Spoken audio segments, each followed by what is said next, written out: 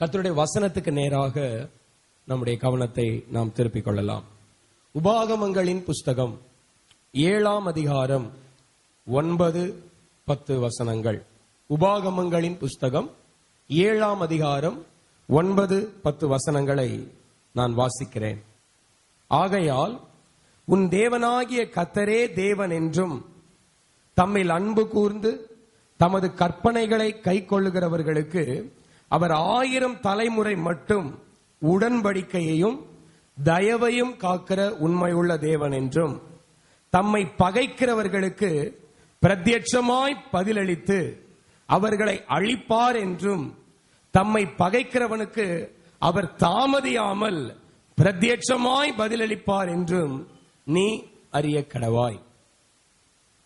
கண்களை மூடி ஒரு நிமிடம் ஜெபிப்போம். அன்பின் மகா பரிசுத்தமான தெய்வமே, வாசிக்கப்பட்ட இந்த வேத பகுதிக்காக நன்றி சொல்லுகிறேன்.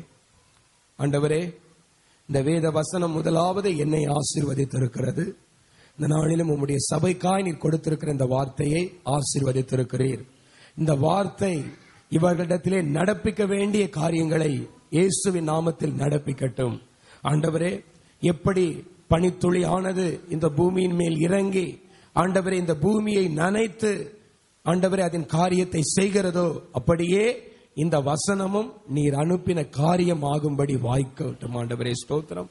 உம்முடைய வேதத்துள்ள அதிசயங்களை எல்லாம் நாங்கள் கண்டு ஆண்டவரே இன்னும் உம்மை மகிமைப்படுத்த உதவி செய்யும்.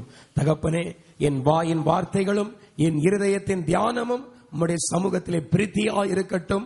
உம்முடைய இருதயம் விரும்புகிற வார்த்தைகளை மாத்திரம் பேச பரிசுத்த ஆவியானவர் என் நாவை காவல் எடுத்துக் கொள்ள வேண்டும் ஜெபிக்கிற தகப்பனே, நீர் பொறுப்பெடுத்து நடத்தும், ஆசீர்வதியும். இயேசுவின் நாமத்தில் பிதாவே, ஆமென். அல்லேலூயா சொல்லுவோம். அல்லேலூயா. உன் தேவனாகிய கர்த்தரே தேவன் என்றும் தம்மில் அன்பு கூர்ந்து தமது கற்பனைகளை கைக்கொள்ளுகிறவர்களுக்கு அவர் 1000 தலைமுறை மட்டும் உடன்படிக்கையை காக்கிற உண்மையுள்ள தேவன் என்றும் அவரை பகைக்கிறவர்களுக்கு தாமதிக்காமல் பதிலளிக்கிறவர் என்றும் நிச்சயமாய் நீ அறிய கடவாய். இஸ்ரவேல் ஜனங்களை ஆண்டவர் எகிப்து தேசத்திலிருந்து விடுதலையாக்கி அவர்களை கானான் தேசத்துக்குள்ளே வழிநடத்தினார். அவர்களுக்கென்று தேவன் அநேக பிரமாணங்களை தேவன் வேதத்திலே இருந்து வேதத்தின் மூலமாக தேவன் அவர்களுக்கு எழுதி கொடுத்தார். அவர்களுக்கு கொடுக்கப்பட்ட பிரமாணங்களிலே நிச்சயமாய் இஸ்ரவேலர்கள் அறிந்து கொள்ள வேண்டிய காரியமாய் தேவன் 2 காரியங்களை அவர்களிடத்தில் சொன்னார். முதலாவது, நான் உங்களுக்கு உடன்படிக்கையை 1000 தலைமுறை வரைக்கும் காக்கிற தேவன். அல்லேலூயா. 1000 தலைமுறை மட்டும் உங்களுக்கு நான் உடன்படிக்கையை காக்கிற உண்மை உள்ள தேவன். இரண்டாவதாக, என்னை பகைக்கிறவர்களுக்கு நான் தாமதிக்காமல் பலன் கொடுக்கிற தேவன், பதிலளிக்கிற தேவன் என்று நிச்சயமாய் நீங்கள் அறிய கடவீர்கள் என்று தேவன் சொன்னார். இந்த நாளிலும் கூட என்னுடைய செய்தியாக அது கருவாக எடுத்துக்கொள்ளுகிற காரியம், தேவன் உடன்படிக்கையை காக்கிறவர். அல்லேலூயா. உடன்படிக்கையை காக்கிறவர். ஆண்டவருக்கு ஸ்தோத்திரம். இந்த நாளிலே மனுஷர் செய்து கொள்ளுகிற உடன்படிக்கைகள் ஒரு சில காலகட்டங்கள் வரைக்கும் தான் இருக்கும். ஒரு ஆணும் பெண்ணும் தேவ சமூகத்திலே வந்து ஒரு உடன்படிக்கை செய்து கொள்ளுகிறார்கள். இன்பமானாலும் துன்பமானாலும் வாழ்வானாலும் தாழ்வானாலும் எந்த சூழ்நிலையிலும் நான் இந்த ஆணை இந்த புருஷனை விட்டு பிரிய மாட்டேன் என்று ஸ்திரீயானவளும், இந்த ஸ்திரீயை விட்டு பிரிய மாட்டேன் என்று புருஷனானவனும் உடன்படிக்கை செய்து கொள்ளுகிறார்கள். இந்த உடன்படிக்கை எது வரைக்கும் என்று சொன்னால், யாராவது ஒருவருடைய மரணம் வரைக்கும் நடக்கும். இந்த உடன்படிக்கை எது வரைக்கும் காக்கப்படும் என்று சொன்னால், ஒருவேளை அந்த புருஷன் மரிக்கிற வரைக்கும் அல்லது அந்த ஸ்திரீயானவள் மரிக்கிற வரைக்கும் இந்த உடன்படிக்கைக்கு ஒரு வேல்யூ இருக்கும். நீங்க சட்டத்தின் அடிப்படையிலே ஒருவரை மணந்து கொண்டு இன்னொருவரை மணந்து கொள்ள முடியாது. சட்டப்படி ஒன்று விவாகரத்து பெற்றிருக்க வேண்டும், இல்லை என்று சொன்னால் மணந்து கொண்ட ஒருவரிலே ஒருவர் இறந்திருக்க வேண்டும். இப்படி இல்லாம இன்னொருவரை திருமணம் செய்து கொள்ள சட்டம் அனுமதிக்காது. அப்படியானால் ஒரு நம்முடைய கிறிஸ்தவ முறைப்படி எடுத்துக்கொள்வோமானா ஒரு மரணம் வரைக்கும் இந்த உடன்படிக்கை காக்கப்படும். ஆனா நம்முடைய தேவனாகிய கர்த்தர் நம்மோடு செய்து கொள்ளுகிற உடன்படிக்கை உங்களுடைய என்னுடைய மரணம் வரைக்கும் அல்ல, 1000 தலைமுறை வரைக்கும். கரங்களை தட்டி ஆண்டவரை மகிமைப்படுத்துங்க பார்க்கலாம். தேவன் உன்னோடு என்னோடு மாத்திரமல்ல, 1000 சந்ததி வரை தேவன் அந்த உடன்படிக்கை காக்கிறவர். ஆமென். மனுஷன் செய்கிற உடன்படிக்கைக்கும் கர்த்தர் செய்கிற உடன்படிக்கைக்கும் ரொம்ப வித்தியாசம் உண்டு. தேவன் மனுஷன் மாதிரி உடன்படிக்கை செய்கிறவர் அல்ல. மனிதருடைய உடன்படிக்கைகள் மரணத்திலே பிரிந்துவிடும். ஆனால் தேவன் செய்கிற உடன்படிக்கை, ஒருவேளை நானே நாளைக்கு இல்லாமல் போனாலும் என் 1000 தலைமுறை வரைக்கும் தேவன் அந்த உடன்படிக்கை காப்பார். அல்லேலூயா. நீங்க இல்லாம போனாலும் உங்களுக்கு பின்னாடி 1000 தலைமுறைகளுக்கு தேவன் உங்களோடு என்ன வாக்கு பண்ணினாரோ அந்த வாக்கை நிறைவேற்றுவார். அல்லேலூயா. அந்த வார்த்தையை தேவன் நிறைவேற்றுவார். அவர் உடன்படிக்கையை மாற்றிக்கொள்ளவே மாட்டார். சத்திய வேதம் சொல்லுகிறது, அவர் உடன்படிக்கையை மறக்கவே மாட்டார். உபாகமங்களின் புஸ்தகம் 4ஆம் அதிகாரம் 31வது வசனத்தை நீங்கள் வாசித்து பார்ப்பீர்களே ஆனால் அங்கே எழுதப்பட்டிருக்கிறது. உபாகமம் 4ஆம் அதிகாரம் 31வது வசனம், உன் தேவனாகிய கர்த்தர் இரக்கமுள்ள தேவனாய் இருக்கிறபடியினால். ஒரு அல்லேலூயா சொல்லுங்க. நம்முடைய ஆண்டவர் இரக்கமுள்ள தேவன். ஆமென். நீயும் நானும் இன்றைக்கு வந்து ஆராதித்திருக்கிற ஆண்டவராகிய இயேசு கிறிஸ்து இரக்கமுள்ள தேவனாய் இருக்கிறபடியினால் அவர் உன்னை கைவிடவே மாட்டார். ஆமென். அவர் என்னை கைவிடவே மாட்டார். அது மட்டுமல்ல, உன்னை அழிக்கவே மாட்டார். வேதம் சொல்லுகிறது, உன் பிதாக்களுக்கு தான் ஆணையிட்டு கொடுத்த உடன்படிக்கையை மறக்கவே மாட்டார். மறக்கவே மாட்டார். நீங்க விசுவாசிங்க, தேவன் நம்மோடு கூட செய்த உடன்படிக்கையை ஒரு நாள் மறக்க மாட்டார். அல்லேலூயா. உடன்படிக்கை தேவன் மறக்கவே மாட்டார். உடன்படிக்கை தேவன் நினைவு கூறுகிற தேவன். உடன்படிக்கை தேவன் திடப்படுத்துகிற தேவன். அதனாலதான் ஆண்டவர் ஏசாயா தீர்க்கன் மூலமாய் சொன்னார். ஏசாயா தீர்க்கதரிசியின் புஸ்தகம் 54ஆம் அதிகாரம் 10வது வசனத்துல, மலைகள் விலகினாலும் பர்வதங்கள் நிலை பெயர்ந்தாலும் என் கிருபை உன்னை விட்டு விலகாது. அது மாத்திரமல்ல, நான் உன்னோடு பண்ணின உடன்படிக்கை நிலை பெயராமலும் இருக்கும் என்று உண்மையில் மனதுருகுகிற கர்த்தர். ஆமென். அவர் உங்களோடு செய்த உடன்படிக்கை நிலை பெயராது.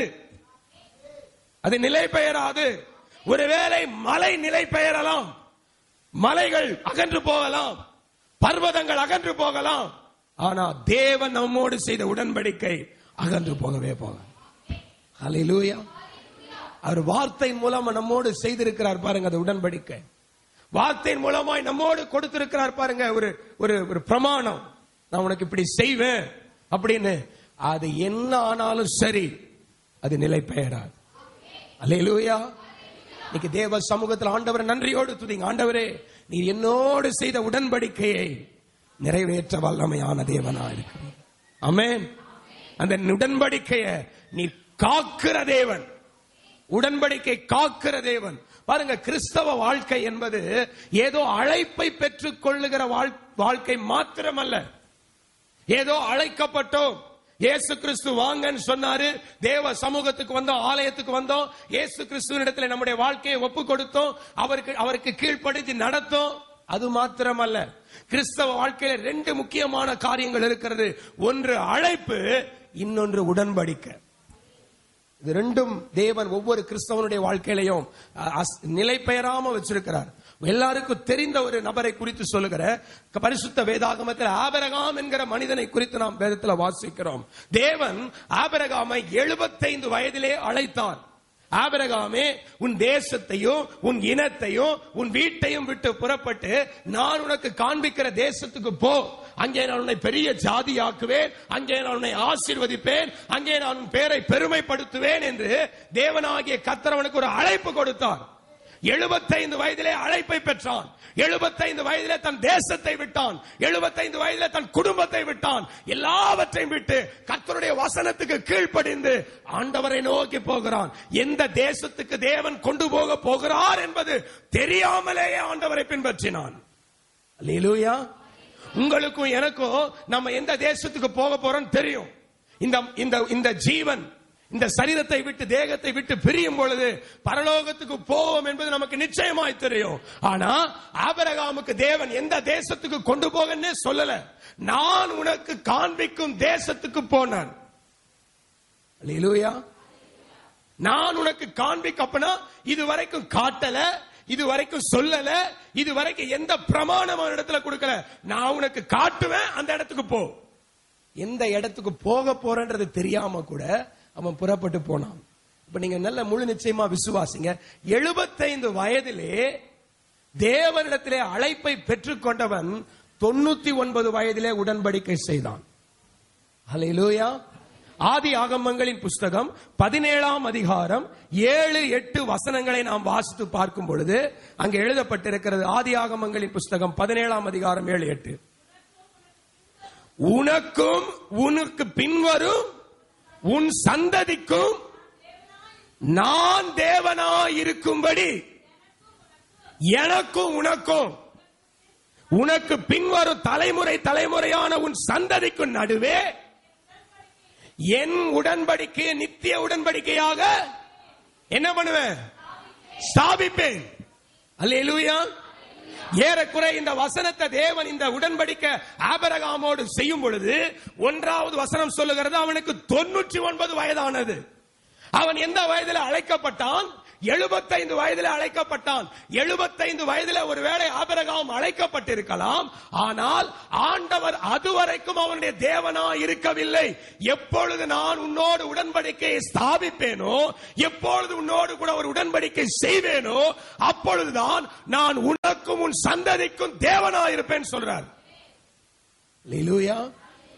ஒருவேளை நீங்க அழைப்பை பெற்றிருக்கலாம், கீழ்ப்படிந்து நடக்கலாம், ஆண்டவருக்கு காணிக்கை கொடுக்கலாம், தசமபாகம் கொடுக்கலாம். ஒரு காரியத்தை விசுவாசிங்க, எப்பொழுது ஆண்டவர் உங்களோடு ஒரு உடன்படிக்கையை ஸ்தாபிக்கிறாரோ அப்பதான் அவர் உங்களுக்கு உங்க தலைமுறைக்கும் தேவன். அல்லேலூயா.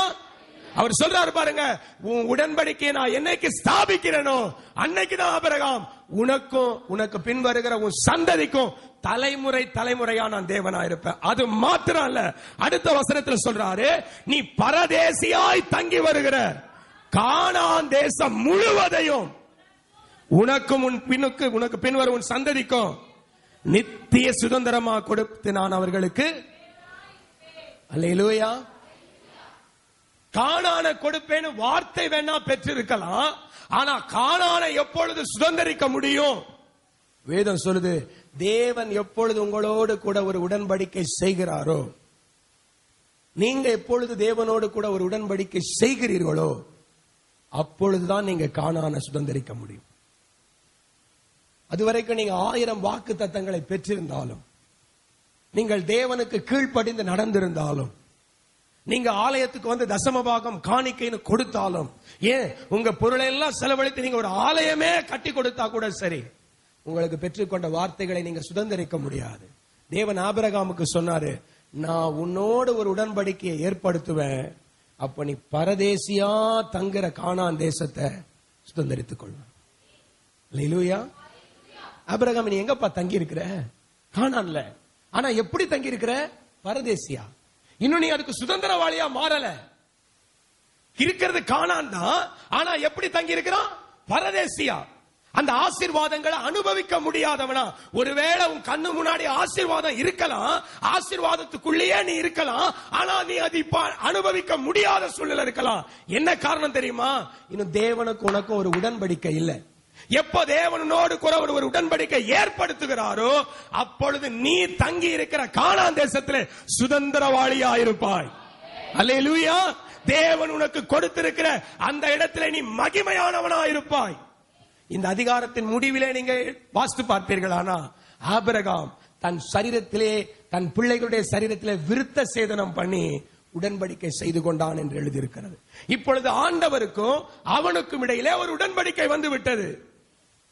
நம்ம இஸ்லாமிய மார்க்கத்தில் சொல்லப்படுகிறது போல சுன்னத் என்று சொல்லுகிறதா, வேதத்தில் விருத்த சேதனம் என்று எழுதப்பட்டிருக்கிறது. இப்பொழுது ஆபிரகாம் தன் சரீரத்திலே தேவனோடு கூட ஒரு உடன்படிக்கை செய்து கொண்டான். ஆண்டவரே, நீர் இந்த வார்த்தை என்னோடு நிறைவேற்றுவீர். ஆமென். அவன் எப்பொழுது செய்து கொண்டானோ அப்பொழுதே கர்த்தர் அந்த கானானை அவனுக்கு சுதந்திரமாய் கொடுத்தார். இன்னைக்கு நான் சொல்லுகிறேன், ஒருவேளை நீங்க வாக்கு தத்தங்களை பெற்றிருக்கலாம், நீங்க ஆண்டவருக்கு கீழ்ப்படிந்து நடக்கிறவர்களாக இருக்கலாம், அழைப்பை பெற்றிருக்கலாம். நீங்கள் ஆண்டவரோடு உடன்படிக்கை செய்து கொள்ளாத வரை நீங்கள் அந்த ஆசீர்வாதங்களை சுதந்திரிக்கவே முடியும். அல்லேலூயா. தேவன் உடன்படிக்கை நினைக்கிற தேவன், உடன்படிக்கை காக்கிற தேவன். நீங்க வேதத்தில் எடுத்து வாஸ்து பார்ப்பீர்களான இஸ்ரவேல் ஜனங்கள் எகிப்து தேசத்துல 430 வருஷம் அடிமைகளா இருந்தார். 430 years அவன் அழுகிறான், பெருமூச்சு விடுகிறான், அவன் உபத்திரவப்படுகிறான், அடிமையா இருக்கிறான். வேதம் சொல்லுகிறது, அவன் அவன் அவன் படுகிற உபத்திரவத்தை தேவன் பார்த்தார். அவன் அடிமையாய் நடத்தப்படுகிறதை தேவன் கேட்டார். அவங்களை விடுவிக்கும்படியாய் இறங்கி வந்தார் என்று எழுதப்பட்டிருக்கிறது. அவங்க வாழ்க்கை அவ்வளவு பெரிய சுமை சுமந்து கொண்டு 430 வருஷம் அவர்கள் அடிமைகளாய் உபத்திரவப்பட்டு கலங்கி கொண்டே இருந்தாங்க. தேவன் ஏன் அவங்களை விடுதலை ஆக்கினார் தெரியுமா? வாசிங்க யாத்திராகமங்களின் புஸ்தகம் 2ஆம் அதிகாரம் 24வது வசனம். யாத்திரையாகமங்களின் புஸ்தகம் 2ஆம் அதிகாரம் 24வது வசனம். தேவன் அவர்கள் பெருமூச்சை கேட்டு யாரோடு? ஆபிரகாமோடும் ஈசாக்கோடும் யாக்கோபோடும் செய்த எதை பார்த்து அவங்களை விடுதலை ஆக்கினார் பிரதர்? 430 வருஷம் அடிமையா இருந்தான், 430 வருஷம் செங்கல் சுமந்துகிட்டு இருந்தான், 430 வருஷம் அழுதுகிட்டு இருந்தான். பிரதர் உனக்கு எப்படி விடுதலை கிடைச்சது அவனை கேட்ட அவன் சொல்லுவான், கர்த்தர் உடன்படிக்கையை நினைச்சார். ஒருவேளை தேவன் உடன்படிக்கை நினைக்கலனா இவனுக்கு விடுதலை கிடைச்சிருக்காது. அப்ப விசுவாசிங்க, நாம் ஆண்டவரோடு செய்து கொள்ளுகிற உடன்படிக்கை நமக்கு விடுதலையை தருகிறது. அல்லேலூயா. நீங்க ஆண்டவரோடு செய்து கொள்ளுகிற உடன்படிக்கை உங்களுக்கு ஆசீர்வாதத்தை தருகிறது. இன்னொரு வகையில சொன்னா, நீங்க எப்படி ஆசீர்வாதங்களை சுதந்திரிக்க முடியும்? உடன்படிக்கை செய்து கொண்டால் ஆசீர்வாதங்களை சுதந்திரிக்க முடியும். அல்லேலூயா. அன்றைக்கு ஆபிரகாமும் ஈசாக்கும் யாக்கோபும் தேவனோடு உடன்படிக்கை செய்திருந்தார்கள். அந்த உடன்படிக்கை தேவன் நினைவு கூர்ந்துதான் இந்த ஜனங்களை விடுதலை ஆக்கினார். 430 வருஷம். அல்லேலூயா. அப்ப நான் விசுவாசிக்கிறேன், உடன்படிக்கையை தேவன் நினைச்சா ஆசீர்வாதம் கிடைக்கும். உடன்படிக்கையை தேவன் நினைச்சா விடுதலை கிடைக்கும். உடன்படிக்கை தேவன் நினைச்சா நமக்கு நன்மை கிடைக்கும்.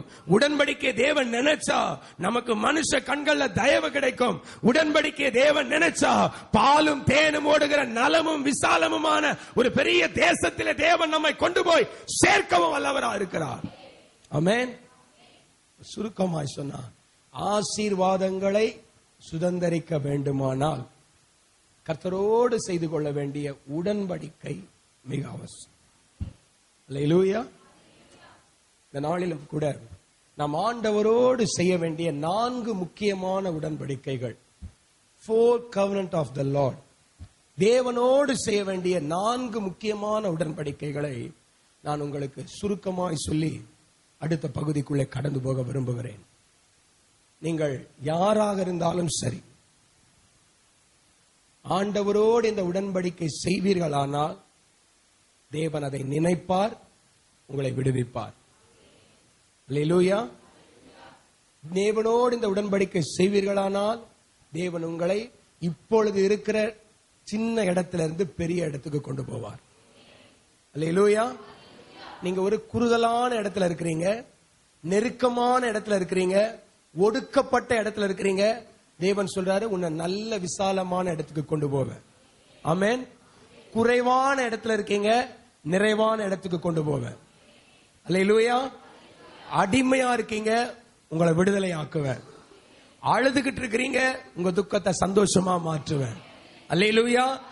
ஒண்ணுமே இல்லாம இருக்கீங்க, பொன்னோடு பொருளோடு உங்களை புறப்பட செய்வேன்.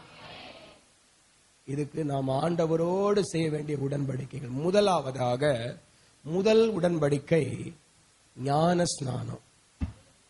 ஞான ஸ்நானம். அல்லேலூயா. வாசிங்க 1 பேதுருவின் புஸ்தகம் 3ஆம் அதிகாரம் 21வது வசனம். 1 பேதுரு 3ஆம் அதிகாரம் 21வது வசனம். அதற்கு ஒப்பனையான ஞான ஸ்நானமானது மாம்ச அழுக்கை நீக்குதலாயிராமல் தேவனை பற்றும் நல் மனசாட்சியின் உடன்படிக்கையாயிருக்கிறது. தயவுசெய்து எல்லாரும் கவனிங்க. ஞான ஸ்நானமானது தேவனை பற்றும் நல் மனசாட்சியின் உடன்படிக்கையாயிருக்கிறது. அல்லேலூயா.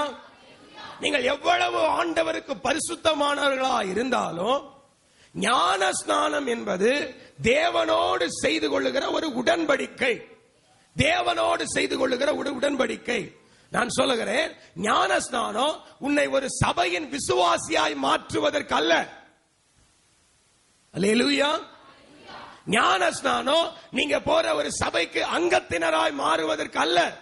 ஞான ஸ்நானம் ஒரு கிறிஸ்தவனாய் மாறுவதற்கும் அல்ல. ஞான ஸ்நானம் எதுக்குன்னா தேவனை பற்றி கொள்ள. அல்லேலூயா.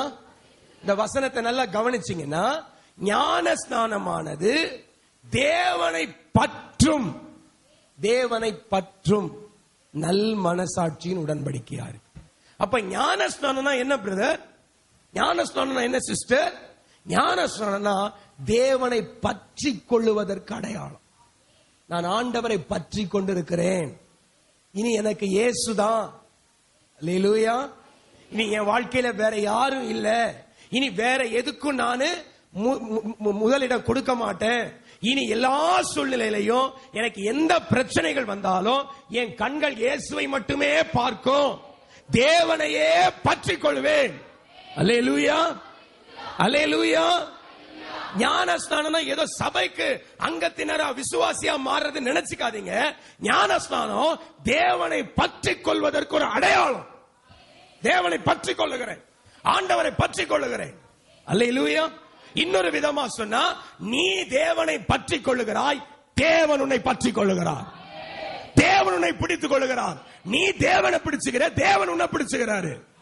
நான் சொல்றேன், ஞான ஸ்நானம் எடுத்த பொருள் மறைந்து போகலாம், ஆனா இந்த பற்றி கொண்டோமே அது எங்க இருக்கு தெரியுமா? இருதயத்துல இருக்கு. நான் ஏசப்பாவை இருதயத்துல பற்றி கொண்டேன், ஏசப்பா அவர் இருதயத்துல என்ன பற்றி கொண்டார். அல்லேலூயா. அது மாறவே மாறாது பிரதர், அது மாறவே மாறாது. அந்த உடன்படிக்கை தேவன் நினைவு கூர்ந்தா உன்னை உடனடியாய் விடுதலையாக்குவார். நீங்க விசுவாசிங்க. ஞான ஸ்நானம் எடுத்த டிரெஸ் இல்லாம போயிருக்கலாம், ஞான ஸ்நானம் எடுத்த தண்ணி இப்போ இல்ல, ஞான ஸ்நானம் எடுத்த பொருள் எல்லாம் இப்போ இல்ல, ஆனா அன்னைக்கு நானும் தேவனும் செய்து கொண்ட பற்றி கொண்ட ஒரு உடன்படிக்கை அல்லேலூயா நிலைத்து இருக்கிறது. ஆமென். நீங்க நல்ல விசுவாசிங்க. ஞான ஸ்நானம் இந்த மாம்ச அழுக்கை நீக்குவதற்கு அல்ல. அது மாம்ச அழுக்கை நீக்கவும் நீக்காது. அது தேவனோடு கூட அவர் இருதயத்திலே பற்றி கொள்ளுகிறது, தேவனோடு பற்றி கொள்ளுகிறது. அல்லேலூயா. அல்லேலூயா. நல்ல பக்தியோடு சொல்றேன். அந்த அந்த ஒரு இன்னொரு விதமாய் சொன்னா, ஒரு ஆணும் பெண்ணும் காதலிக்கலாம். அவர்கள் திருமணம் முடிக்காத வரை அவர்களுக்குள்ளே இருக்கிற உறவு வேறு. ஆனா திருமணம் முடித்த பிறகு அவர்களுக்குள் இருக்கிற உறவே வேறு. அல்லேலூயா. அந்த உறவே வேறு. திருமணத்துக்கு பிற்பாடு அந்த கணவன் அந்த மனைவியை பற்றி கொள்ளுகிறான், மனைவி கணவனை பற்றி கொள்ளுகிறாள். என்னதான் இருந்தாலும் அந்த உடன்படிக்கைக்குள்ள அவங்க வரலன்னா அந்த ஒன்னஸ் இருக்காது. அந்த ஒன்னஸ் இருந்தாலும் அதை இந்த சமுதாயம் ஏற்றுக்கொள்ளாது. நீங்க விசுவாசிங்க, ஞான ஸ்நானம் கர்த்தரோடு பற்றி கொள்ளுகிற ஒரு உடன்படிக்கை. அல்லேலூயா. அல்லேலூயா. அல்லேலூயா. அல்லேலூயா. உடன்படிக்கை தேவனோடு செய்து கொள்ளுகிற இந்த ஞான ஸ்நான உடன்படிக்கையை இந்த நாளிலே கர்த்தரோடு கூட நீங்கள் ஏற்படுத்துவீர்களானால், ஆமென், தேவனோடு கூட ஏற்படுத்துவீர்களானால் அந்த உடன்படிக்கை உங்களுக்கு பெரிய காரியங்களை செய்யும். அந்த மனைவியானவளுக்கு என்ன பிரச்சனையாக இருந்தாலும் அதன் முழு பொறுப்பும் கணவனிடத்தில் இருக்கிறது போல, கணவனுக்கு வேண்டிய சகல காரியங்களும் மனைவியினிடத்தில் இருக்கிறது போல, தேவன் இந்த ஞான ஸ்நானத்தினாலே அவரோடு நம்மை பற்றி கொண்டிருக்கிறார். ஆமென், அல்லேலூயா. நான் அழகான ஒரு கையை பார்க்கிறேன். அந்த கை அப்படியே நம்மை பற்றி கொண்டிருக்கிறது. என் மகனே, நீ என்னோடு கூட அந்த எடுத்த அந்த ஞான ஸ்நானத்தின் உடன்படிக்கையை தேவன் இப்பொழுது நினைவு கூர்ந்து கொண்டிருக்கிறார். தேவன் இப்பொழுது நினைவு கூர்ந்து கொண்டிருக்கிறார். எனக்கு இயேசு போதும் என்று சொல்லி எல்லாவற்றையும் தூக்கி எறிந்து விட்டு, மதம், சம்பிரதாயம், குடும்பம், பழக்க வழக்கம் எல்லாவற்றையும் தூக்கி எறிந்து விட்டு இயேசு போதும் என்று ஓடி வந்தாயே, உன்னை தேவன் இப்பொழுது நினைவு கூறுகிறார். தேவன் இப்பொழுது உன்னை நினைவு கூறுகிறார். தேவன் உன்னோடு பற்றி கொண்ட காரியத்தை நினைவு கூறுகிறார். உன்னை கைவிட மாட்டார். உன்னை கைவிட மாட்டார். உன்னை அழிக்க மாட்டார். உன்னோடு செய்த உடன்படிக்கை மறக்க மாட்டார். நீ விசுவாசி. அல்லேலூயா. நீ விசுவாசி. தேவன் அந்த உடன்படிக்கை இன்றைக்கு இயேசுவின் நாமத்தில் நினைவு கூறுகிற தேவனா இருக்கிறார். நான் ஞான ஸ்நானம் எடுத்து பல வருஷங்கள் ஆகியிருந்தாலும் தேவன் இன்றைக்கு அந்த உடன்படிக்கை நினைவு கூறுகிறார்.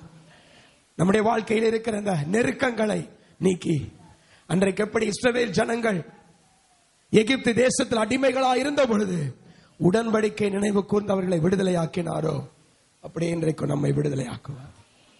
ஆமென். நம்மை நிச்சயமாய் விடுதலையாக்குவார். நீங்க எந்த பெரிய பிரச்சனையில் இருந்தாலும் கர்த்தர் இன்னைக்கு விடுதலையாக்குவார். நான் இன்னைக்கு சொல்றேன், இயேசுவோடு செய்து கொண்ட ஞான ஸ்நான உடன்படிக்கை தேவன் நினைவு கூறுகிறார். ஹல்லேலூயா. எத்தனை பேருக்கு சந்தோஷம்? ஆண்டவரை நன்றியோடு துதிக்கிறேன். ஆண்டவரே, மனுஷன் எங்களை மறக்கலாம். ஆண்டவரே, எங்களோடு கூட இருக்கிறவங்க எங்களை மறக்கலாம். ஆண்டவரே, எங்களோடு கூட இருக்கிறவங்க ஒருவேளை இந்த நாள்ல இல்லாம போகலாம். ஆனா அன்னைக்கு நாங்க எடுத்த ஞான ஸ்நானத்தை இன்னைக்கு நீர் நினைவு கூர்ந்து ராஜா எங்களை விடுதலை ஆக்குகிறதுக்காக ஸ்தோத்திரம். ஆமென். ராஜா எங்களை விடுதலை ஆக்குகிறதுக்காக ஸ்தோத்திரம். ஒருவேளை என் கை உங்களை நல்லா பற்றி கொள்ளனாலும் ஆண்டவரே, உங்க இருதயம் என் இருதயத்தை பற்றி கொண்டிருக்கிறதுக்காக, பற்றி கொண்டிருக்கிறதுக்காக, உம்முடைய இருதயம் என் இருதயத்தை ஆண்டவரே உம்முடைய உள்ள கையில வைத்திருக்கிறதுக்காக இயேசுவின் நாமத்திலே நன்றி சொல்லுகிறேன். இயேசுவின் நாமத்திலே நன்றி. அல்லேலூயா. தேவனுடைய நாமத்துக்கு மகிமை உண்டாவது. ஏன் ஆண்டவர் ஆபிரகாமோடு உடன்படிக்கை செய்தார் தெரியுமா? தேவன் ஆபிரகாமை சிநேகித்தார். 2 பேர் சிநேகிக்கும் பொழுது உடன்படிக்கை செய்து கொள்ளுகிறார்கள். வாசிங்க 1 சாமுவேல் புஸ்தகம்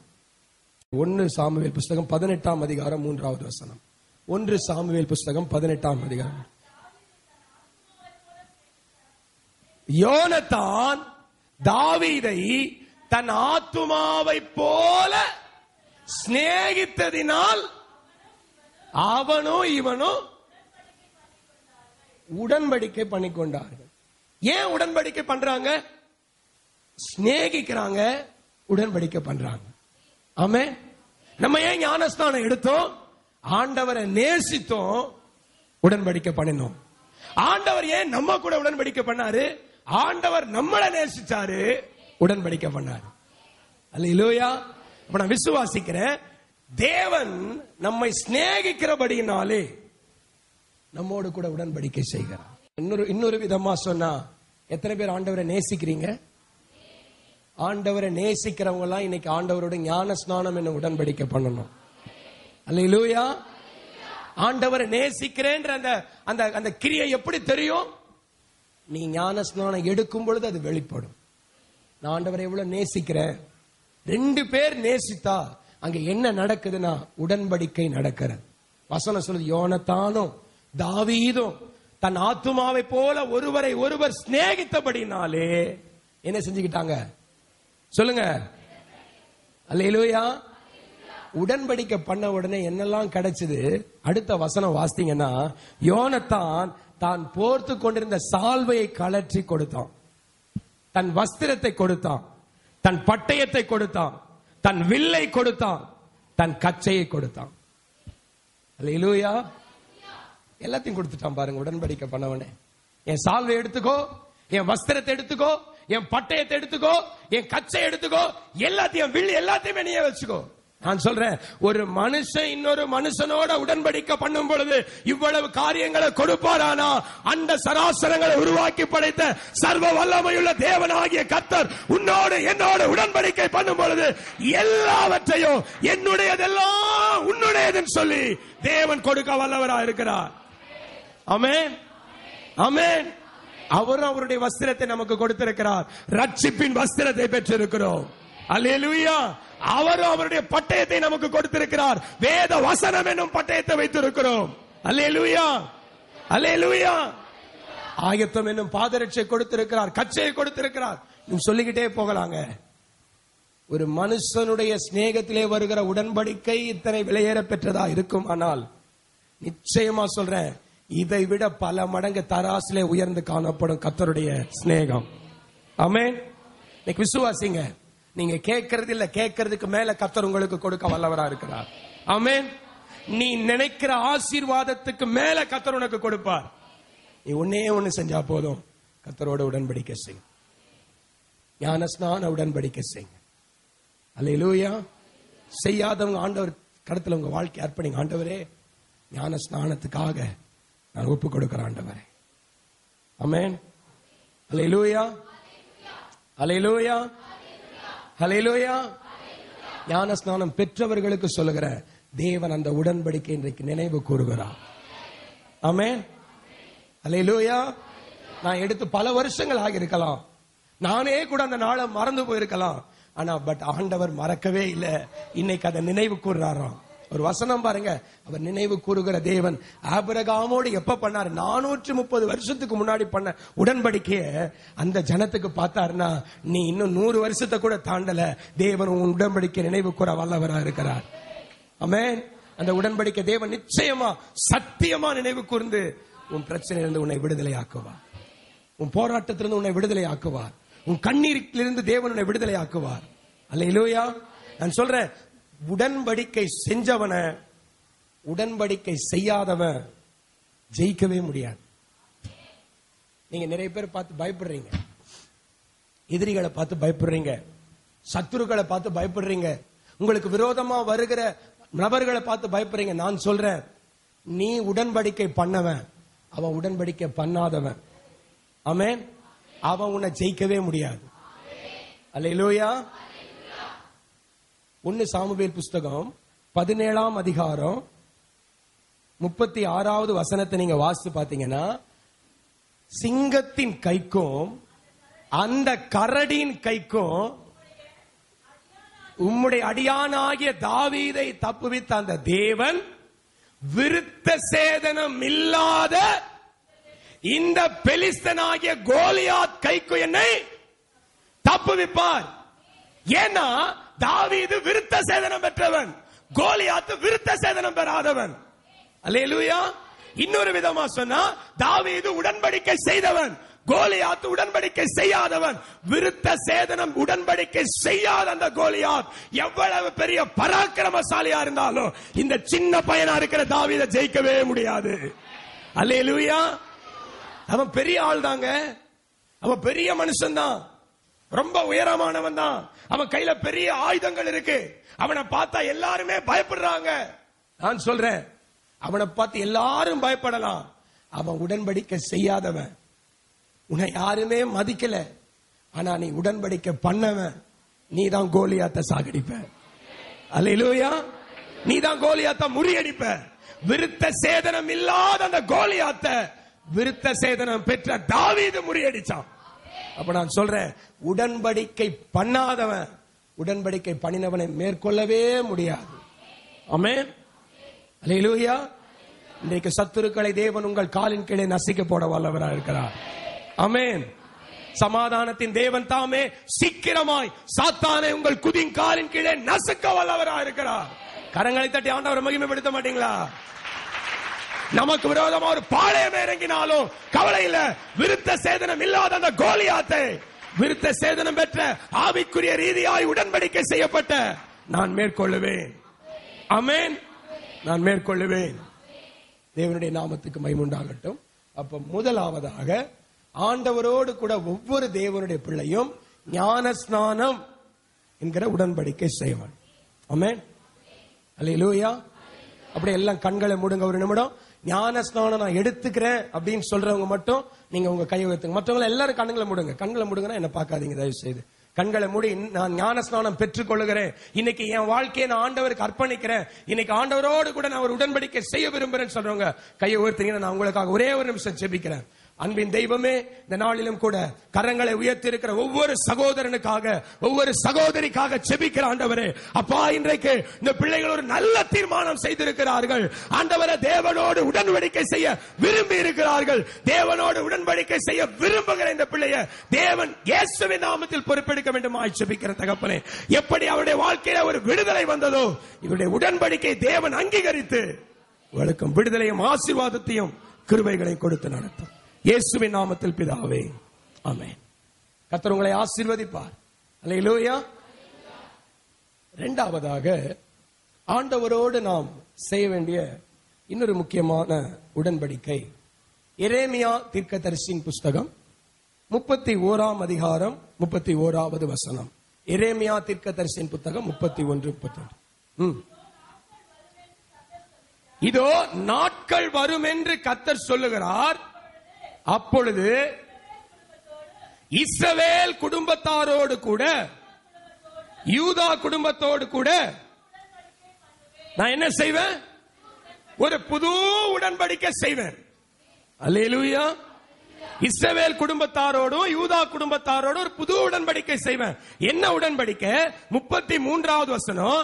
அந்நாட்களுக்கு பிற்பாடு நான் இஸ்ரவேல் குடும்பத்தோடு பண்ண போகிற உடன்படிக்கை என்னன்னா, நான் என் நியாய பிரமாணத்தை அவர்கள் உள்ளத்திலே வைத்து அதை அவர்கள் இருதயத்திலே எழுதி, நான் அவர்கள் தேவனாய் இருப்பேன், அவர்கள் என் ஜனமாய் இருப்பார்கள் என்று கர்த்தர் சொல்லுது.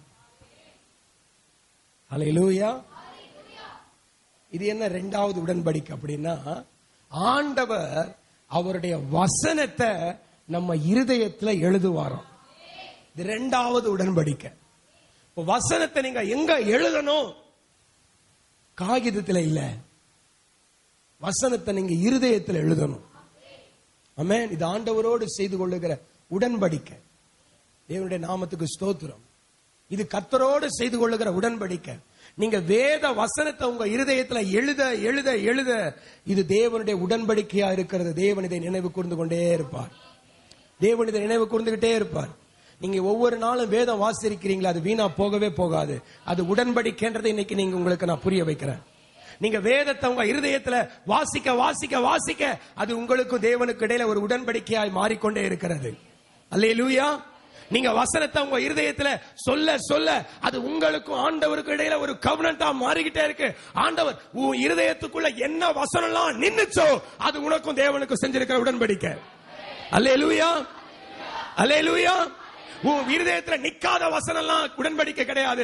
ஏதோ உன் இருதயத்துல எழுதினியோ அந்த வசனம் உனக்கும் தேவனுக்குள்ள உடன்படிக்கை. அந்த உடன்படிக்கை தேவன் நிச்சயமா நினைப்பார். அந்த உடன்படிக்கைக்கு தேவன் நிச்சயமா பதில் கொடுப்பார். நீங்க விசுவாசிங்க. வசனத்தை இருதயத்தில் எழுதுங்க. அல்லேலூயா. இருதயத்தில் எழுதுங்க. இது புது உடன்படிக்கை. ஆண்டவர் சொல்றாரு, இது இஸ்ரவேல் குடும்பத்தோடு யூதா குடும்பத்தோடு நான் செய்கிற புது உடன்படிக்கை. புது உடன்படிக்கை. ஆண்டவருக்கு ஸ்தோத்திரம். அந்த உடன்படிக்கைய நம்ம தேவனுடைய நம்ம ஆண்டவர் நமக்கு கொடுத்த இந்த வாழ்க்கையில இருதயத்துல எழுதணும். வசனத்தை இருதயத்துல எழுதணும். நிறைய பேர் பைபிள் வாசிக்கிறதே இல்ல. நான் இன்னைக்கு சொல்றேன், இருதயத்துல உங்க வசனத்தை எழுதுங்க. உங்க வாழ்க்கை மாறாம இருக்கிறதுக்கு சாபமே நீங்க தான். உங்க வாழ்க்கை இன்னும் முன்னேறாம இருக்கிறதுக்கு காரணமே நீங்க தான். உங்க இருதயத்துல நீங்க வேத வசனத்தை எழுதல. உங்க இருதயத்துக்குள்ள என்ன தெரியுமா? நம்ம இருதயம் இருக்க சரியான குப்பைங்க. குப்பை. நான் சொல்றேன், உங்க இருதயத்துல ப்ராடக்ட் ஆகிற ப்ராடக்ட்ஸ் என்னன்னு சொல்லட்டுமா? உங்க இருதயத்துல நீங்க என்னெல்லாம் ப்ராடக்ட் பண்றீங்க. நீங்க என்ன, இப்ப நெஸ்ட்லே கம்பெனிக்கார சில இது ப்ராடக்ட் பண்ணி விட்டான். அது மாதிரி நீங்க உங்க இருதயத்துல இருந்து என்னென்னலாம் ப்ராடக்ட் பண்ணி கொடுக்கறீங்க தெரியுமா? வாசிங்க, மார்க் எழுதின சுவிசேஷம் 7ஆம் அதிகாரம் 21வது வசனத்துல உங்க ப்ராடக்ட்ஸ் எல்லாம் நீங்க பார்க்கலாம். இருதயத்துல இருந்து முதல் ப்ராடக்ட் நல்ல ப்ராடக்ட் என்ன வருது? உள்ள இருந்து என்ன வருது? ஆமா, இதான் உங்க ஃபர்ஸ்ட் ப்ராடக்ட். நல்லா தெரிஞ்சுக்கோங்க. உங்க இருதயத்துல இருந்து என்ன வருதுன்னு உங்களுக்கே தெரியல. இன்னைக்கு ஆண்டவர் சொல்றாரு, நீ என்ன ப்ராடக்ட் ரெடி பண்ற தெரியுமா? உள்ள வச்சுக்கிட்டு பொல்லாத சிந்தனை. அல்லேலூயா. அப்புறம் விபச்சாரம், வேசித்தனம், கொலைபாதகம், களவு, பொருளாசை, துஷ்டத்தனம், கபடு, காமவிகாரம், வன்கண், தூஷணம், பெருமை, மதிகேடு. இவ்வளோ ப்ராடக்ட் நீங்க ரிலீஸ் பண்றீங்க உங்க இருதயத்துல இருந்து. என்ன இருக்கணும்? கர்த்தருடைய வசனம். ஆனா வசனம் இல்லாம மனுஷனுடைய இருதயத்துல என்னெல்லாம் இருக்கு பாருங்க. தேவன் ரொம்ப அழகா ஒரு லிஸ்ட் இதுல போட்டு கொடுத்திருக்கிறார். பொல்லாத சிந்தனை, விபச்சாரம், களவு, வன்கண். சொல்ல வன்கண்ணா என்ன தெரியுமா? வன்கண்ணா ஏதோ மூன்றாவது கண் நினைச்சுக்க போறீங்க. வன்கண்ணா ஐயோ அப்படி கண்ணு வைக்கிறோமே, கண் வைக்கிறாங்க பாருங்க. ஐயோ இப்படியா, அவங்களுக்கு எப்படி ஆச்சு அந்த கண்ணு? அதுக்கு பேர் தான் வன்கண். அது வன்கண். பெருமை, மதிகேடு, கபடு. தேவன் எல்லாத்தையும் சொல்லியிருக்கிறார். இதெல்லாம் உன் இருதயத்துக்குள்ள ப்ராடக்ட் ஆகுது. அதனாலதான் தேவன் சொன்னார், எல்லாவற்றை பார்க்கிலும் இருதயமே திருக்குள்ளதும் மகா கேடுள்ளதுமா இருக்கிறது. அல்லேலூயா. மகா கேடுள்ளது இருதயம். இந்த இருதயத்துல தான் கர்த்தர் இன்னைக்கு ஒரு உடன்படிக்கை செய்கிறார். கேடான இந்த இருதயத்துல, பொல்லாத சிந்தனை நிறைஞ்சிருக்கிற இந்த இருதயத்துல, விபச்சாரம் உள்ள இந்த இருதயத்துல, வேசித்தனம் உள்ள இந்த இருதயத்துல, களவுள்ள இந்த இருதயத்துல, பொருளாசை உள்ள இந்த இருதயத்துல தேவன் வசனத்தின் மூலமா ஒரு உடன்படிக்கை செய்கிறார். ஆமென். சொன்னாரே, கல்லான இருதயத்தை எடுத்து போட்டு சதையான இருதயத்தை உங்களுக்கு கொடுப்பேன். அல்லேலூயா. சில இருதயம் எல்லாம் கல்லு மாதிரி இருக்கு, கரையவே மாட்டேங்குது. கர்த்தர் சொல்றார், இன்னைக்கு சதையான இருதயத்தை உங்களுக்குள்ள தேவன் உடன்படிக்கையை ஸ்தாபிப்பார். அல்லேலூயா. அல்லேலூயா. கர்த்தருடைய வசனம்லாம் ரொம்ப தீர்மானமானதுங்க. நீங்க அதை நல்ல தெளிவாய் புரிந்து கொள்ளுங்க. தெளிவாய் புரிந்து கொள்ளுங்க. கர்த்தருடைய வசனம் பொய் சொல்லவே சொல்லாது. இந்த வசனத்தின் மூலமா தேவன் என்னோடு பேசினார். நான் ரொம்ப ஆண்டவருக்கு கொஞ்ச நேரம் நல்ல கண்ணை மூடி நன்றி சொன்னேன். நல்ல நன்றி சொன்னேன். ஏன்னா எனக்கு ஒரு நிச்சயம் வந்துருச்சு, தேவன் உடன்படிக்கையை நினைவு கூறுகிற நாள். ஆமென். அல்லேலூயா. உன் வாழ்க்கையில நான் பல வருஷங்களா நடக்காத சம்பவம் இந்த நாட்கள்ல நடக்கும். இது தீர்க்க தரிசனமா சொல்றேன். பல வருஷம் எனக்கு நடக்கல பாஸ்டர். பல வருஷமா என் வாழ்க்கையில இது இன்னும் தடைப்பட்டுக்கிட்டே இருக்கு. 430 வருஷம் தான். ஆனா தேவன் என்னைக்கு உடன்படிக்கை நினைச்சாரோ அன்னைக்கே விடுதலை. ஆமென். 430 வருஷம் அடிமைத்தனத்துக்கு தேவனால விடுதலை கொடுக்க முடியும்னா நமக்கும் கொடுக்க வல்லவரா இருக்கிறார். ஆமென். அல்லேலூயா. உன் இருதயத்துக்குள்ள ஆண்டவருடைய வார்த்தைகளை நீ எழுதுவாயானா ஆண்டவர் உன் அக்கிரமங்களை பாவங்களை நினைக்கவே மாட்டார். ஆமென். நீங்க நினைக்கிறீங்களா தேவன் நம்மோடு கூட பண்ற உடன்படிக்கை ஏதோ ஒண்ணு? நான் சொல்றேன், அந்த உடன்படிக்கையில உயிர் இருக்கான். உங்களுக்கு தெரியாது. நீங்க வாசிச்சு பாருங்க. மல்கியாவின் புஸ்தகம் 2ஆம் அதிகாரம் 5வது வசனம். அவனோடு, அதாவது உன்னோடு தேவன் செய்த உடன்படிக்கை என்ன உள்ளது? உயிர் உள்ளது, சமாதானம் உள்ளது. அல்லேலூயா. ஜீவன் உள்ளது, சமாதானம் உள்ளது. அவன் வாயிலிருந்து சத்திய வேதம் வெளிப்படும் ஆண்டவர் சொன்னார். அவன் வாயிலிருந்து சத்திய வேதம் வரும். ஏன்? அவன் இருதயத்துல சத்திய வேதத்தை எழுதி வச்சிருக்கான். இருதயத்தின் நிறைவினாலே வாய் வசனத்தை பேசிக் கொண்டிருக்கிறது. அல்லேலூயா. இருதயத்தின் என்ன நிறைஞ்சிருக்கோ அது வாயில வரும். உங்க மனசுல என்ன நிறைஞ்சிருக்கோ அது உங்க வாயில வரும். வாயில கண்டதெல்லாம் வராது. நீங்க விசுவாசிங்க. நீங்க உங்க வாயில இருந்து தப்பா வந்துச்சுன்னா உங்க இருதயத்துக்குள்ள என்ன இருக்கு? தவறான சிந்தனைகள். உங்க வாயில இருந்து அவிசுவாசமான வார்த்தைகள் வந்தா நீங்க சொல்லுவீங்க, நான் நல்லா விசுவாசிக்கிறேன். ஆனா நீங்க பேசுற பேச்செல்லாம் எப்படி இருக்கும்? அவிசுவாசமாவே இருக்கும். அப்பவே நான் கண்டுபிடிச்சிருவேன், இவங்க விசுவாசி இல்ல, இவங்க இப்ப அவிசுவாசி. ஏன்னா இவங்க இருதயத்துக்குள்ள இப்ப முழுக்க என்ன இருக்கு? அவிசுவாசம். அதனுடைய வெளிப்பாடு தான், ஒண்ணுமே நடக்கல பாஸ்டர், ஒண்ணுமே ஆகல பாஸ்டர், எப்படிதான் நடக்க போகுதோ, எப்படிதான் மாற போகுதோ. உன் இருதயத்துக்குள்ள இவ்வளோ அவிசுவாசத்தை வச்சுக்கிட்டு கர்த்தர் செய்வார் எப்படிமா செய்வாரு? முதலாவது உன் இருதயத்துல ஆண்டவரோடு வசனம் எழுதுகிற உடன்படிக்கைக்கு வா. ஆமென். அல்லேலூயா. இன்னையில இருந்து ஒரு தீர்மானம் பண்ண, ஆண்டவரே உடைய வசனத்தை என் இருதயத்துல எழுதுவேன். எழுதுவீங்களா? எழுதுவீங்களா? சும்மா கோயில் மாடு மாதிரி சர்ச்சுக்கு வந்துட்டு போயிடாதீங்க. இந்த வாரம் சர்ச்சுக்கு வந்தா போன, திருப்பி அடுத்த வாரம் சர்ச்சுக்கு வந்து, சர்ச்சுக்கு வந்தா நமக்கு வாழ்க்கையில ஒரு மாற்றம் வரணும். ஆமென், அல்லேலூயா. உன் வாழ்க்கை மாறணும், கர்த்தர் மாற்றுவார். நான் சவாலா சொல்றேன், நீங்க எவ்வளவு பெரிய பிரச்சனை இருந்தாலும் சரி, நீங்க ஆண்டவர் சொன்ன வார்த்தைக்கு கீழ்ப்படுத்தி நடந்தா சத்தியமா உங்க வாழ்க்கை மாறும். நிச்சயமா தேவன் உங்க வாழ்க்கையை மாற்றுவார். அல்லேலூயா. நீங்க தேவனுடைய வசனத்துக்கு கீழ்ப்படிந்து நடந்தீங்கன்னா இந்த உடன்படிக்கை உங்களோடு மட்டும் இல்ல, ஒருவேளை நாளைக்கு நாம இல்லாம போனாலும் 1000 தலைமுறை வரைக்கும் கர்த்தர் அந்த உடன்படிக்கையை காப்பாற்றுவார். 1000 தலைமுறை வரைக்கும் அந்த உடன்படிக்கையை தேவன் காப்பாற்றுவார். அல்லேலூயா. அப்ப இரண்டாவதாக நாம் வேத வசனத்தை நம்ம இருதயத்தில் எழுதுகிற உடன்படிக்கை செய்ய வேண்டும். ஆமென், ஆமென். ஒவ்வொரு நாளும் ஆண்டவருடைய வசனத்தை என் இருதயத்திலே எழுதுவேன். அல்லேலூயா. என் இருதயத்திலே எழுதுவேன். என் இருதயத்துக்குள்ளே இனி கர்த்தருடைய வசனம் நிரம்பி இருக்கும். இப்படி நீங்க ஒரு உடன்படிக்கைக்குள்ள வந்து பாருங்க, தேவன் உங்க வாழ்க்கையை மாற்றுவார். அல்லேலூயா. மூன்றாவதாக நாம் செய்ய வேண்டிய மிக முக்கியமான உடன்படிக்கை, தேவனுடைய ஓய்வு நாளை பரிசுத்தமாய் ஆசரிக்கணும். அல்லேலூயா. இது ஆண்டவர் சொல்லி இருக்கிற ஒரு உடன்படிக்கை. நீங்க ஏதோ ஆரம்பத்தில் சில பேர்கிட்ட நான் சர்ச்சுக்கு வாங்க வாங்கன்னு சொல்றப்ப அவங்க நினைச்சுக்கிட்டாங்க இவருக்கு ஆள் சேர்க்கிறாரு போல, சர்ச்சுக்கு வாங்க வாங்க வாங்கன்னு சொல்லி. நான் அந்த மாதிரி ஆள் கிடையாதுங்க. ஆள் சேர்க்கிற ஆள் இந்த ஆள் கிடையாது. அல்லேலூயா. நான் சேர்த்து நான் எனக்கு மேல இருக்கிற மேலிடத்திலையும் காமிச்சு காசு வாங்குறதுக்கு எனக்கு ஒண்ணு மேலிடமும் கிடையாது, கீழிடமும் கிடையாது. ஒரே இடம் பரலோகம். அல்லேலூயா. நான் ஊழியம் செஞ்சாலும் கர்த்தர் என்ன விசாரிப்பார், நான் ஊழியம் செய்யலனாலும் கர்த்தர் என்ன விசாரிக்க போதுமான தேவனா இருக்கிறார். நீங்க ஆலயத்துக்கு வாங்கன்னு சொல்றது ஏதோ ஆலயத்துக்கு ஆள் சேர்க்கிறதுக்கு இடத்தை அடைக்கிறதுக்காக இல்ல. இது தேவனோடு செய்து கொள்ளுகிற ஒரு உடன்படிக்கை. ஆலயத்துக்கு வர்றது தேவனோடு செய்கிற ஒரு உடன்படிக்கை. வாசிக்கிறீங்களா? யாத்திரையாகமங்களின் புஸ்தகம் 31ஆம் அதிகாரம் 16வது வசனம். யாத்திராகமம் 31:16. ஆண்டவருடைய நாமத்துக்கு மகிமை உண்டாவதாக. இஸ்ரவேல் புத்திரர் தங்கள் தலைமுறை தோறும் ஓய்வு நாளை நித்திய உடன்படிக்கையாக ஆசரிக்கும்படி அதை கைக்கொள்ள கடவீர்கள். ஆமென். ஓய்வு நாளை எப்பொழுதுமே ஆசரிக்கும்படி, ஓய்வு நாளை நீங்க ஆசரிக்கணும். இன்னைக்கு சொல்றேன், நீங்க ஓய்வு நாள்ல வீட்டுல படுத்து தூங்கிக்கிட்டு இருந்தா, ஓய்வு நாள்ல உங்க சொந்த வேலையை செஞ்சுக்கிட்டு இருந்தா, ஓய்வு நாள்ல நீங்க உங்க சொந்த காரியங்களா செஞ்சுக்கிட்டு இருந்தா, கேட்ட கல்யாணத்துக்கு போனேன், சாவுக்கு போனேன், பர்த்டே பார்ட்டிக்கு போனேன், ட்ரீட்டுக்கு போனேன், அதுக்கு போனேன், இதுக்கு போனேன். நான் சொல்றேன், தேவன் நியாயம் விசாரிக்க போதுமான தேவனா இருக்கிறார்.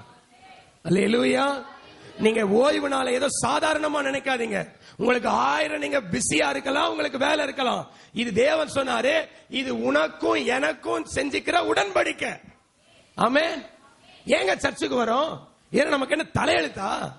தேவனோடு செய்து கொள்ளுகிற ஒரு உடன்படிக்கை. அல்லேலூயா. வசனம் சொல்லுது, இது உனக்கு நித்திய உடன்படிக்கையா இருக்கணும். தலைமுறை தலைமுறைக்கும் தேவ ஜனம் எங்க இருக்கணும்? ஓய்வு நாள்னா தேவ சமூகத்தில் இருக்கணும். அல்லேலூயா. தேவ சமூகத்தில் இருக்கணும். கர்த்தருடைய நாமம் மகிமைப்படுவதாக. நீங்க நிறைய பேர் தேவ சமூகத்தில் கூடி வருகிற நாளை விசேஷமா நினைக்கிறதே இல்லை. நான் சொல்றேன், நீ தேவ சமூகத்துக்கு வருகிற நாளை விசேஷமா நினைச்சா கர்த்தர் உன் வாழ்க்கையை முற்றிலும் மாற்ற வல்லவரா இருக்கிறார். முற்றிலும் மாற்ற வல்லவரா இருக்கிறார். அல்லேலூயா. ஆண்டவருடைய நாமத்துக்கு மகிமை உண்டாவதா. இந்த 7ஆம் வருஷம் வரைக்கும் எவ்வளவோ பிரச்சனைகள், எனக்கு பலவீனங்கள் வந்துச்சு. ஆனாலும் ஒரு சண்டே கூட நான் மிஸ் பண்ணதில்லை. ஆண்டவருக்கு நன்றியோடு ஸ்தோத்திரம் பண்றேன். அல்லேலூயா. தேவன் அந்த கிருபையை கொடுத்திருக்கிறார். உங்களுக்கு கொடுத்திருந்தா ஸ்தோத்திரம். நீங்க மிஸ் பண்ணிருந்தீங்கன்னா இன்னைக்கு ஆண்டவருக்கு சொல்லுங்க, ஆண்டவரே உங்களோடு செய்த அந்த உடன்படிக்கையில் நான் மீறிட்ட ஆண்டவரே, அந்த உடன்படிக்கை எனக்கு புதுப்பிச்சு தாங்க ஆண்டவரேன்னு கேளுங்க. அல்லேலூயா. தேவனுடைய ஏன் தெரியுமா? இந்த தேவன் இந்த ஓய்வு நாள, இந்த 7ஆம் நாளை தேவன் பரிசுத்தமாக்கி வச்சிருந்தாராம். வேதம் சொல்லுது, அவர் 6 நாளும் வேலை செய்து 6 நாளும் தம்முடைய சிருஷ்டிப்பின் படைப்புகளை படைத்து 7ஆம் நாளை பரிசுத்தமாக்கி அதில் ஓய்ந்திருந்தார். 7ஆம் நாளை தேவன் பரிசுத்தமாக்கி இருந்தார். நான் சொல்றேன், 7ஆம் நாள், அதாவது நாம கூடி வர்ற நாள் பரிசுத்தமான சபை கூடுதல். அல்லேலூயா. இது ஒரு பரிசுத்தமான சபை கூடுதல். இந்த சபை கூடி வருதல மற்றவர்கள் விட்டு விடுகிறது போல நீங்க விட்டு விடாமல் இருங்க. ஆமென், ஆமென். அப்போஸ்தலனாகிய பவுல் அதுதான் சொன்னாரு, சபை கூடி வருகிறது, மற்றவர்கள் விட்டு விடுகிறது போல நீங்கள் விட்டு விடாமல் இருங்கள். எபிரேயர் புஸ்தகம் 10ஆம் அதிகாரம் 25வது வசனத்தை நீங்க வீட்டுல போய் வாசிக்கோங்க. ஒருவருக்கொருவர் புத்தி சொல்லணுமா? என்ன புத்தி சொல்லணும்? ஏன் பிரதர் சர்ச்சுக்கு வரல? சர்ச்சுக்கு வாங்க, ஆண்டவரோட உடன்படிக்கை பண்ணுங்க, நீங்க புத்தி சொல்லணும். ஆமென். எப்படி புத்தி சொல்லணும்? நாளானது சமீபித்து வருகிறது போல, ஒவ்வொரு நாளும் எப்படி டக்கு டக்குன்னு வருதோ அத மாதிரி நீங்க டெய்லி சொல்லணும். அவங்க சர்ச்சுக்கு வரலனா சர்ச்சுக்கு வாங்க, ஆண்டவரோட உடன்படிக்கை பண்ணுங்க. அல்லேலூயா. நம்ம அதெல்லாம் கண்டுகொள்றதே இல்ல. வசனம் சொல்லுது, நீ என்ன பண்ணு, ஒருவருக்கொருவர் சபை கூடுதலுக்கு வந்து புத்தி சொல்லு. ஆமென். சபைக்கு வந்தா என்ன சொல்லுவாங்க? புத்தி சொல்லுவாங்க. நீங்க கெட்டு போறதுக்கா சொல்லுவோம்? நீங்க நல்லா வாழதான் சொல்லுவோம். அல்லேலூயா. எதுக்கு உங்களை ஆலயத்துக்கு வர சொல்றோம்? கெட்டு போகிறதுக்கா இல்ல, நீங்க நல்லா வாழ்றதுக்காக, உங்க வாழ்க்கையை தேவன் ஆசீர்வாதமா மாற்றுகிறதுக்காக. ஆமென். உங்க சிறையிருப்பை எல்லாம் தேவன் விடுதலை ஆக்க வேண்டும் என்பதற்காக ஒருவருக்கு ஒரு புத்தி சொல்ல. எப்படி சொல்லணும்? நாளானது சமீபித்து வருகிறது போல எழுதுறார் பவுல். நாளானது சமீபித்து வருகிறது போல. எப்படி போன வாரம் ஞாயிற்றுக்கிழமை போய் இந்த வாரம் ஞாயிற்றுக்கிழமை வந்ததே தெரியல, அந்த மாதிரி வேகமா உங்களுக்கு போய் புத்தி சொல்லணும். ஆலயத்துக்கு வா, தேவனோட உடன்படிக்கை பண்ணு, தேவன் உடன்படிக்கை நினைச்சு உன் பிரச்சனை உன்னை விடுதலை ஆக்குவா. அல்லேலூயா. நீங்க பரிசுத்தமான ஓய்வு நாளை மட்டும் தயவு செய்து நீங்க அசட்டையா நினைக்கவே நினைக்காதீங்க. ஓய்வு நாளை குறித்த ஒரு வசனத்தை சொல்லி நான் அடுத்த பகுதிக்குள்ளே கடந்து போக விரும்புகிறேன். ஏசாயா தீர்க்கதரிசியின் புஸ்தகம் 58ஆம் அதிகாரம் 13-14 வசனங்களை நீங்க வாசித்து பார்க்கும் பொழுது அங்கே எழுதப்பட்டிருக்கிறது, என் பரிசுத்த நாளாகிய ஓய்வு நாளிலே. நல்லா கவனிங்க, என் பரிசுத்த நாளாகிய ஓய்வு நாளிலே. அப்ப ஓய்வு நாள் உன்னுடைய நாள் இல்ல, என்னுடைய நாள் இல்ல, அது கர்த்தருடைய நாள். ஆமென். இது என்ன நாள் பிரதர்? என்ன நாள் சிஸ்டர்? சொல்லுங்கம்மா, என்ன நாள் இது? ஏசப்பாவோட நாள். இந்த நாள்ல நீ என்ன செய்யக்கூடாதுன்னா, உனக்கு இஷ்டமானதை செய்யாதபடி. காலையில எழுந்திருச்சு செல்வம் சிக்கன் சென்டர் மூடிடுவான். உனக்கு இஷ்டமானதை செய்ய போறிய. காலையில எழுந்திருச்சு ஆண்டவர் சொல்றாரு, உன் வேலையை முதல்ல பார்க்காது, இது கர்த்தரோட நாள். ஆமென். உனக்கு இஷ்டமானதை நீ செய்யாத, உனக்கு இஷ்டமானதை செய்யாதபடி உன் காலை விலக்கி. காலையில எழுந்திருச்ச உடனே நேரம் அந்த கடைக்கு தானே போதும் உன் காலை என்ன பண்ணு, ரூட்டை மாத்து. ஆமென். உன் காலை விலக்கி உன் வழிகளின்படி நடவாமலும் உனக்கு இஷ்டமானதை செய்யாமலும். இதெல்லாம் ஓய்வு நாள்ல செய்யணும். உனக்கு இஷ்டமானதை நீ செஞ்சுக்கிட்டு இருக்க கூடாது. நான் ஒரு அம்மா ஒரு நாள் கேட்டேன், ஏம்மா சர்ச்சுக்கு வரல? என் பொண்ணு வந்துட்டா பாஸ்டர், அவ இந்த சாப்பாடு வேணும்னு கேட்டுட்டா, அதனால அவளுக்கு செஞ்சு செஞ்சு செஞ்சு கொடுத்துட்டு டைம் ஆயிடுச்சு. நீ உன் இஷ்டப்படியும் செய்ய வேணாம், உன் பொண்ணு இஷ்டப்படியும் செய்ய வேணாம். ஆண்டவரை பிரியப்படுத்தினா தேவன் பெரிய காரியம் செய்யும். அல்லேலூயா. யாரா இருந்தாலும் நான் சொல்றேன், நான் வேத வசனத்தை புரட்டிலாம், நீ இந்த வாரம் வரலையா, பரவாயில்ல பிரதர், அடுத்த வாரம் வந்துக்கோன்னு நான் சொல்ற ஆள் இல்ல. நான் சொல்றேன், நீ இந்த வாரம் வரலன்னா நான் உன் வீட்டுக்கு வரமாட்டேன், தேவ தூதன் உன் வீட்டுல நிப்பான். நான் விசுவாசிக்கு சொல்றேன், ஏன் வரலன்னு தேவ தூதன் கேட்பான். ஆண்டவருடைய நாமத்துக்கு ஸ்தோத்திரம். அல்லேலூயா. நீ தூங்கிக்கிட்டு இருக்கிறியா, தூங்கு. நீ ஊர்க்கதை பேசிக்கிட்டு இருக்கிறியா, ஊர்க்கதை பேசு. நீ மற்றவர்களோடு புறம் பேசிக்கிட்டு இருக்கிறியா, பேசு. ஆனா தேவன் உடன்படிக்கை நினைவு கூறணும்னா நீ ஆலயத்துக்கு வரணும். அல்லேலூயா. இன்னும் ஏன் உன் வாழ்க்கை மேல வரல தெரியுமா? நீ ஓய்வு நாள என்ன செய்யணும்னு உனக்கு தெரியல. நான் தொடர்ந்து வாசிக்கிறேன் பாருங்க. உன் சொந்த பேச்சை பேசாமலும் இருந்து ஓய்வு நாள என்ன செய்யணுமா? மன மகிழ்ச்சியின் நாள் என்றும் கர்த்தருடைய பரிசுத்த நாளை மகிமையான நாள் என்று சொல்லி நீ மட்டும் அத மகிமையா நினைச்சனா, வசனம் சொல்லுது அடுத்த வார்த்தையில, நீ மட்டும் அத நினைச்சனா, அப்பொழுது எப்பொழுது நீ அத விசேஷமான நாளா நினைக்கும் பொழுது கர்த்தரில் மனமகிழ்ச்சியாயிருப்பாய், பூமியின் உயர்ந்த இடங்களில் தேவனுடைய ஏறி இருக்கும்படி செய்வார். கரங்களை தட்டி ஆண்டவரை மகிமைப்படுத்துங்க பார்க்கலாம். நல்ல உயரத்துக்கு போயிருவீங்க. பூமியின் உயர்ந்த இடங்களை தேவன் உங்களை ஏறி இருக்கும்படி செய்வார். ஏன் மேல வரல வாழ்க்கை, ஏன் கீழே இருக்கு? உனக்கு ஓய்வு நாள்ல என்ன செய்யணும்னு தெரியல. ஓய்வு நாள்ல உனக்கு இஷ்டமா செஞ்சுக்கிட்டு இருக்கிற, ஓய்வு நாள்ல நீ பிரியப்படுற இடத்துக்கு போயிட்டு இருக்கிற, ஓய்வு நாள்ல உனக்கு பிரியமான பேச்சு பேசிக்கிட்டு இருக்கிற. நான் சொல்றேங்க, ஆண்டவருடைய பிள்ளைக்கு ஓய்வு நாள் எப்படி தெரியுமா இருக்கணும்? ஃபெஸ்டிவல் நமக்கு. அல்லேலூயா. பைபிள் அப்படிதான் எழுதி இருக்கு. வாசிங்க, லேவியராகமங்களின் புஸ்தகம் 23ஆம் அதிகாரம் 2வது வசனத்தை வாசித்து பாருங்க. ஓய்வு நாள் ஒரு பண்டிகைன்னு தேவன் எழுதி கொடுத்திருக்கிறாரு. லேவியராகமங்களின் புஸ்தகம் 23ஆம் அதிகாரம் 2வது வசனம், நீ இஸ்ரவேல் புத்திரரோடு சொல்ல வேண்டியது என்னவென்றால், சபை கூடி வந்து பரிசுத்த நாட்களாக ஆசரிக்கும்படி நீங்கள் கூற வேண்டிய கர்த்தருடைய பண்டிகை. பண்டிகை பண்டிகை 7 பண்டிகை ஆண்டவர் இஸ்ரவேல் ஜனங்களுக்கு கொடுத்திருந்தாரு. அதுல முதல் பண்டிகை என்ன தெரியுமா? 3வது வசனத்துல 6 நாள் வேலை செய்யணும், 7ஆம் நாள் தேவனுக்கு ஓய்வு நாள். தேவனுக்கு ஓய்வு நாள். தேவனுக்கு ஓய்வு நாள். அதுல ஒரு வேலையை செய்ய வேண்டாம். அது உங்க வாசஸ்தலங்களில் எல்லாம் கர்த்தருக்கென்று கொடுக்கப்பட்ட நாள். இதுதாங்க முதல் பண்டிகை. அப்ப ஒவ்வொரு கிறிஸ்தவனுக்கும் ஒவ்வொரு சண்டே ஒரு ஃபெஸ்டிவல். ஆமென். நீங்க அப்படி நினைக்கணும், இது என் தேவனுக்குள்ளே நான் அகமகிழுகிற நாள், என்னுடைய மன மகிழ்ச்சியின் நாள். இப்படி நினைச்சு பாருங்க. சண்டே சர்ச்சுக்கு கூட சில பேர் கடமைக்காக வராங்க. கடமைக்காக வராங்க. நான் சொல்றேன், இன்னைக்கு அந்த எண்ணெல்லாம் மாறணும். சண்டே ஏன் வரும்? எங்க கர்த்தருக்கு நான் கொண்டாட போற பண்டிகை பிரதர் இது. ஆமென்.